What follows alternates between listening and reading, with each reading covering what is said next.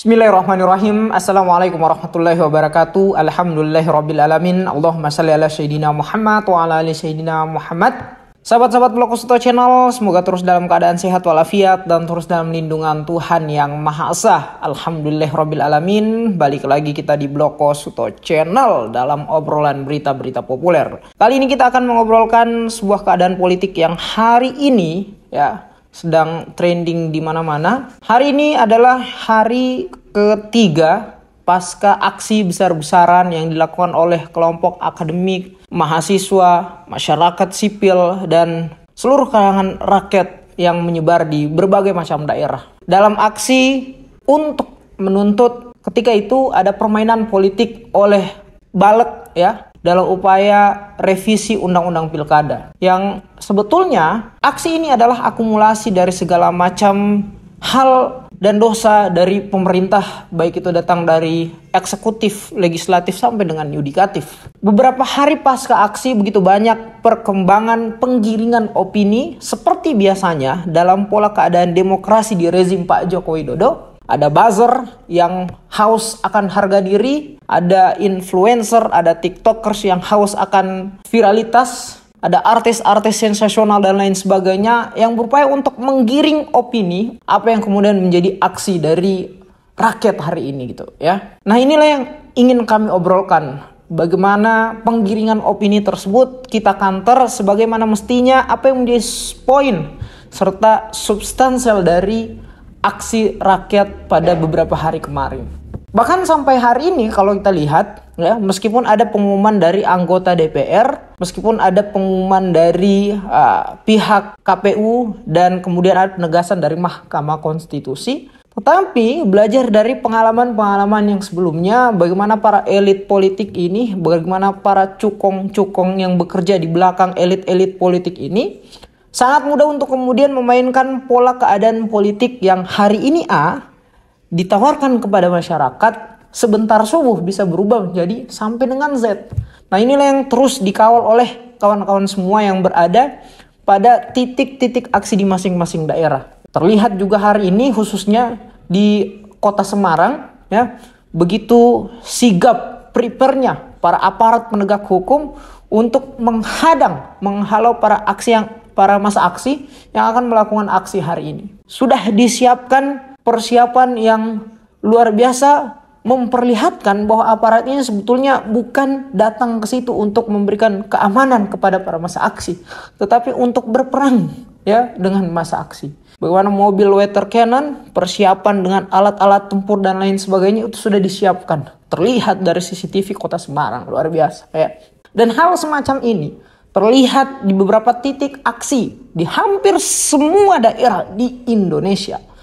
Beberapa hari sampai hari ini terlihat begitu banyak perlakuan represivitas dari aparat penegak hukum yang mestinya fungsi mereka adalah memberikan keamanan kepada para demonstran, kepada rakyat, kepada masyarakat untuk menyampaikan ekspresi, aspirasi dan pendapatnya, tetapi kemudian berubah menjadi tameng dari para pejabat-pejabat, berubah menjadi pagar besi, pagar yang menakutkan dari para pejabat-pejabat yang hanya tahu untuk kemudian bagaimana memberikan pola permainan dalam kepentingan-kepentingan politik. Ada beberapa poin yang kami catat bagaimana para influencer, buzzer, tiktokers, dan artis-artis sensasional ini berupaya untuk menggiring opini, upaya untuk memecah belah fokus dari apa yang menjadi poin dan substansial dari aksi rakyat hari ini. Yang pertama, bagaimana mereka coba untuk mengkampanyekan bahwa apa yang hari ini kita tuntut adalah hanya untuk mengakomodir kepentingan dari partai PDIP itu sendiri. Dan tidak sadarkah masyarakat bahwa sebetulnya PDIP lah juga merupakan salah satu bagian dari segala macam permainan politik sampai hari ini telah dilakukan. Yang pertama ingin kami tegaskan, sudah sekian lama dikatakan bahwa rakyat berjuang atas nilai, bukan kepentingan atas kelompok termasuk kepada partai PDI Perjuangan.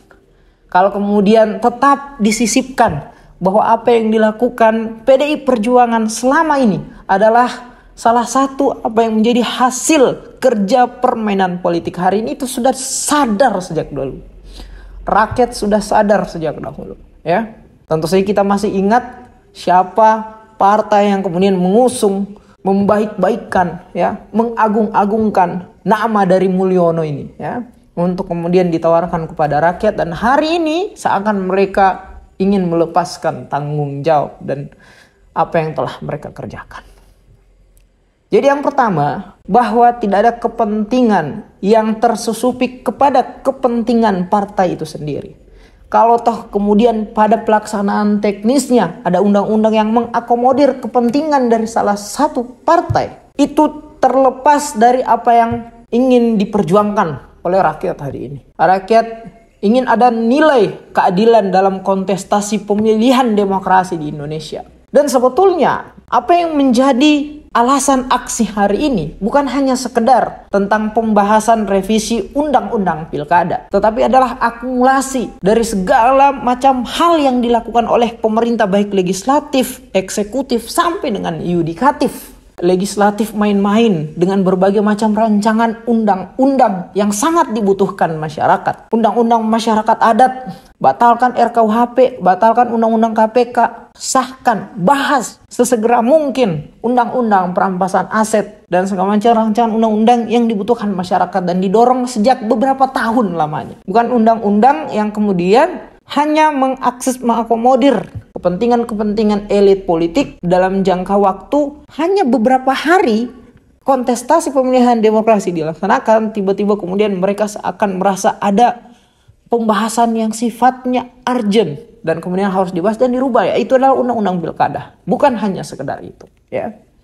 Dari urusan legislatif yang sekian banyak telah mencederai apa yang disebut dengan keadilan pada rakyat, itulah yang menjadi titik fokus juga rakyat aksi hari ini, ya. Belum lagi dari sisi pemerintah eksekutif, sekian banyak dosa Jokowi, sekian banyak janji-janji yang pernah ditawarkan oleh presiden dan wakil presiden terpilih 2014 sampai dengan 2019. Hari ini masih banyak yang terlewatkan atau terhianati. Bagaimana hari ini ada upaya pembangunan dinasti politik dari Presiden Joko Widodo memberikan akses kebebasan kepada anak-anaknya untuk bisa berkontestasi dengan mengutak-atik berbagai macam aturan.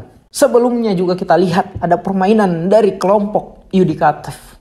Bagaimana Mahkamah Konstitusi dengan segala macam pelanggaran kode etiknya sampai dengan harus ketua dari Mahkamah Konstitusi dipecat dari jabatannya. Tetapi itu tidak cukup untuk memberikan kepuasan kepada masyarakat. Karena yang dibutuhkan bukan hanya sekedar ia dicopot dari jabatan ketuanya, tetapi dicopot dari hakim Mahkamah Konstitusi dan diberikan sanksi yang setegas-tegasnya. Karena di situ ada permainan politik luar biasa. Belum lagi hari itu, ya, Mahkamah Agung berupaya untuk meloloskan aturan untuk mengakomodir kepentingan dari salah satu putra presiden. Dianulir oleh Mahkamah Konstitusi, tetapi kemudian dianulir lagi oleh pihak balik, sehingga pada akhirnya semua itu terakumulasi menjadi dosa dari pemerintah dari sisi legislatif, yudikatif sampai dengan eksekutif. Inilah yang membuat aksi masyarakat semakin marah dan terjadi chaos di mana-mana. Bukan hanya sekedar masyarakat ikut andil dalam revisi undang-undang pilkada. Kemudian yang kedua, tentang chaos, keributan, pemukulan yang dilakukan oleh aparat kepada massa aksi yang ikut melakukan aksi demonstrasi, di mana kampanye mereka adalah tidak akan mungkin para aparat penegak hukum ini akan melakukan aksi represivitas kepada massa demonstran kalau kemudian tidak ada aksi yang lebih dulu dilakukan oleh massa aksi dari demonstran ini. Ya, inilah pola-pola yang sudah terjadi berulang-ulang, tetapi kemudian dalam faktanya terlihat tidak ada dendam atau niatan untuk perang yang ingin dilakukan oleh kelompok massa aksi. Dan beberapa kali pola-pola demonstrasi yang terjadi di Indonesia terlihat kok banyak aksi represivitas dari aparat penegak hukum, tapi di setiap aksi-aksi yang akan dilakukan, aksi-aksi yang mendatang, tidak pernah massa aksi ini berniat untuk membawa alat pungkul, senjata, gerigi, dan lain semacamnya untuk kemudian membalas dendam pada aksi-aksi represivitas dari aparat penegak hukum. Jadi memang di bawah adalah hanya tuntutan dan aspirasi, sikap kritis serta empati terhadap ketidakadilan yang terjadi pada negara ini. Bukan sekedar ucuk-ucuk datang, kemudian diakhiri dengan chaos, keributan, dan saling tuduh bahwa polisi lebih dulu, masa aksi lebih dulu, dan lain sebagainya. Apalagi bahwa aparat keamanan ini dimodali dengan pelatihan khusus, pelatihan fisik, dimodali dengan senjata, dimodali dengan alat, dimodali dengan fasilitas, untuk kemudian bisa dilakukan untuk pengamanan, tetapi juga bisa dilakukan untuk pemukulan kepada masa aksi dan demonstran. Dan inilah yang terjadi pada hari ini. Dan kalau kemudian hal ini terus dibentur-benturkan, yang ingin kami sampaikan adalah berdirilah pada posisi kelompok-kelompok yang rentan. Kalau mau dibandingkan antara aparat penegak hukum, dalam hal ini kepolisian dan TNI, berhadapan dengan kelompok masa aksi, dalam hal ini adalah demonstran, mahasiswa, akademisi, koalisi masyarakat sipil, dan lain sebagainya. Kalau dilihat dari modal senjata, modal alat, fasilitas, dan lain sebagainya, tentu saja yang akan lebih banyak memakan korban ketika terjadi chaos, keributan, dan semacamnya adalah kelompok mahasiswa, kelompok pendemo, kelompok akademisi, kelompok koalisi masyarakat sipil. Pun kalau kemudian dibawa kepada ranah hukum, terlihat tidak banyak aparat penegak hukum yang ditindak atas tindakan sewenang-wenang mereka melakukan represivitas terhadap kelompok masa aksi. Tetapi kemudian kalau kita balik, masa aksi cepat sekali untuk kemudian ditangkap, dipukuli, dipenjara, ditahan, ditetapkan sebagai tersangka dan semacamnya. Dan kemudian toh ada aturan treatment pengamanan dari aparat penegak hukum terhadap masa aksi. Tidak ucuk-ucuk ketika terjadi sedikit keributan, aparat penegak hukum seakan-akan berubah menjadi singa yang haus dan lapar. Bagaimana mereka siap meringkus para masa aksi, para demonstran yang barangkali datang hanya ingin membawa aspirasi, yang barangkali datang ingin berniat mendukung gerakan untuk mewujudkan keadilan demokrasi di Indonesia, menolak dinasti politik, menolak kerja-kerja permainan politik jahat dari para legislator di Indonesia.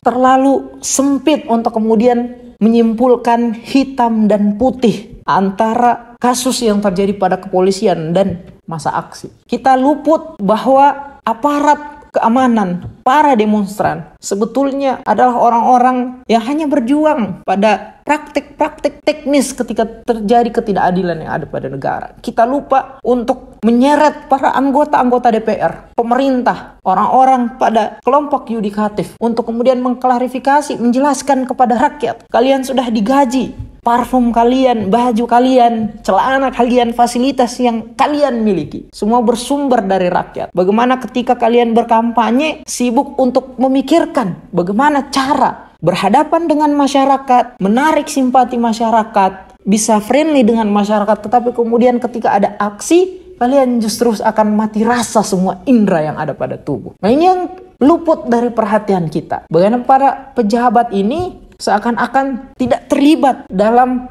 hal teknis yang membuat masa demonstran, masa aksi, dan kepolisian ribut dan chaos. Nah, ini yang kita harapkan ke depannya. Ada satu pandangan antara aparat penegak hukum, masa aksi, demonstran, untuk kemudian lebih menuntut bahwa hal yang terjadi hari ini, keributan, chaos, dan perusakan fasilitas di mana-mana adalah ibarat tidak ada asap sebelum ada api. Nah, apinya ini adalah para pejabat ini, anggota-anggota DPR, pemerintah, presiden, wakil presiden, menteri-menterinya, dan orang-orang yang berada dalam kelompok yudikatif. Kemudian yang ketiga, apa yang dilakukan oleh Kaisang hari ini dengan istrinya, yang orang-orang marahkan adalah bagaimana Kaisang dan istrinya tidak memperlihatkan sebuah sikap tauladan dari seorang anak pejabat, apalagi setingkat presiden itu sendiri.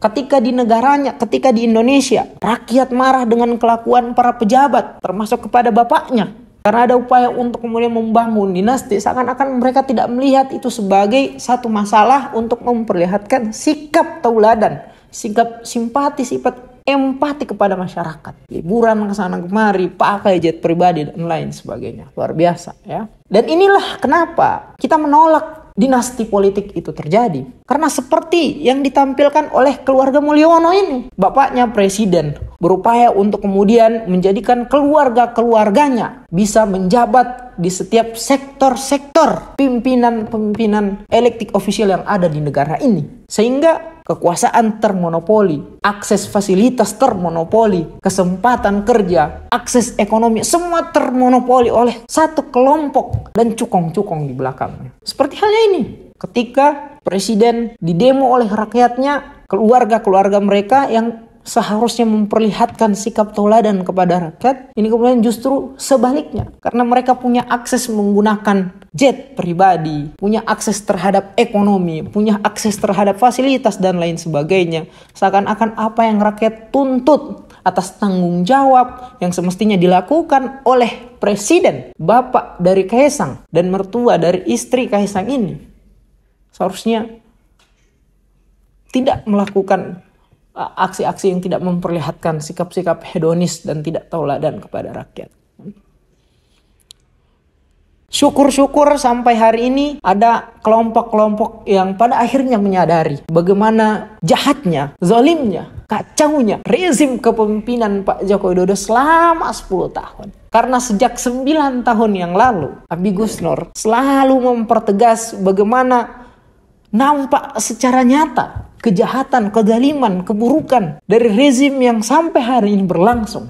Tetapi kemudian tidak banyak yang memperhatikan, memberikan perhatian kepada hal demikian. Kami tidak ingin menyerang atau menuntut kepada personal tertentu. Karena toh mau bagaimana juga. Saat ini Abi Gusnor sedang dipenjara selama 4 tahun. Syukur-syukur kalau kemudian pada akhirnya setelah banyak orang yang terbuka matanya, yang terbuka hatinya melihat kelakuan rezim hari ini, Abi Gusnor ini kemudian mendapatkan keadilan. Syukur-syukur ya. Tetapi yang ingin kita tekankan bukan hanya sekedar kepentingan dari Abi Gusnor untuk menyampaikan aspirasinya, untuk menyampaikan hal-hal yang menjadi keburukan dari rezim ini, tapi adalah bagaimana mengupayakan perjuangan ini dilakukan oleh seluruh rakyat Indonesia.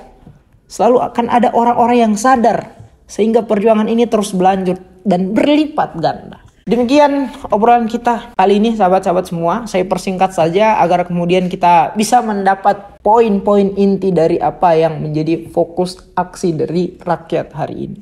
Terima kasih. Billahi taufiq wal hidayah. Wassalamualaikum warahmatullahi wabarakatuh.